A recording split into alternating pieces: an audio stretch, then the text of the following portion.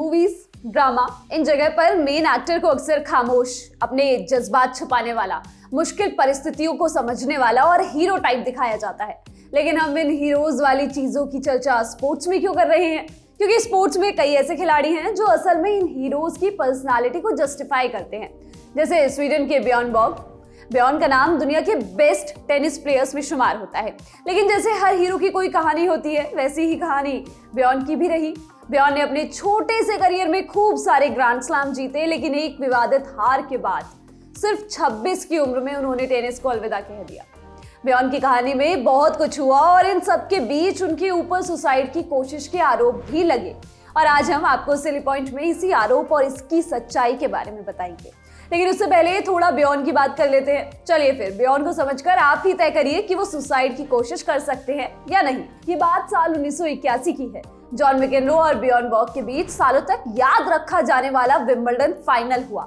इस मैच से पहले बियॉन के दिमाग में सिर्फ लगातार 6वीं बार विंबलडन का खिताब उठाना था, लेकिन ऐसा हो नहीं पाया। मैकेनरो ने बियॉन को 4-6, 7-6, 7-6, 6-4 से हरा दिया। हार जीत पर बियॉन का मानना था, एक टेनिस प्लेयर के लिए जीतना सबसे सुंदर चीज होती है।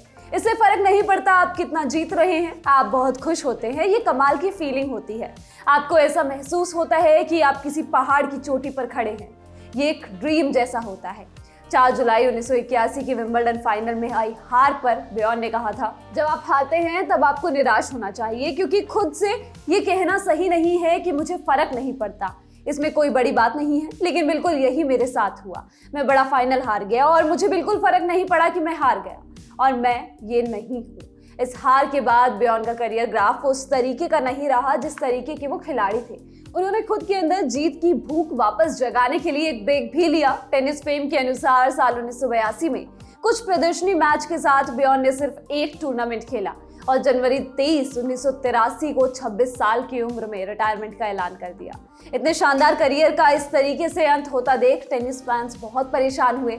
जॉन मैकेनरो ने मैकेनरो बॉर्ग के ऊपर बनी डॉक्यूमेंट्री फायर एंड आइस में बियॉन की इमोशंस छिपाने की काबिलियत पर कहा था, मुझे नहीं पता कि ये क्या है, क्यों है, लेकिन ये है।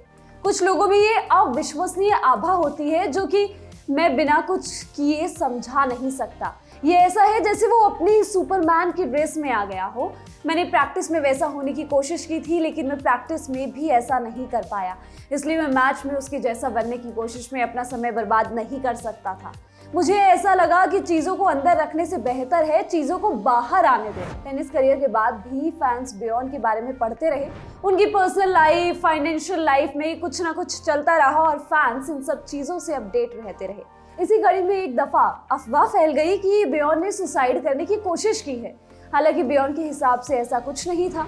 इस बारे में बियॉन ने बाद में अपनी बात रखी। बियॉन ने टेनिस प्लेनेट से कहा, मुझे आश्चर्य है कि जब मैंने टेनिस खेलना बंद कर दिया तब भी लोग मुझे रेस्तरां में पहचानते हैं और मेरा ऑटोग्राफ मांगते हैं। अपनी सुसाइड की कोशिश की अफवाह के बारे में बताते हुए बियॉन आगे बोले, हम घर पर थे, लोरेडोना, मेरी मंगेतर और मैं बीमार हो गया, बहुत ज्यादा बीमार। मुझे बहुत बुरा फील हो रहा था, शायद फूड पॉइजनिंग जैसा कुछ था। मैंने नींद की 2 गोलियां ले ली क्योंकि मैं सोना चाहता था।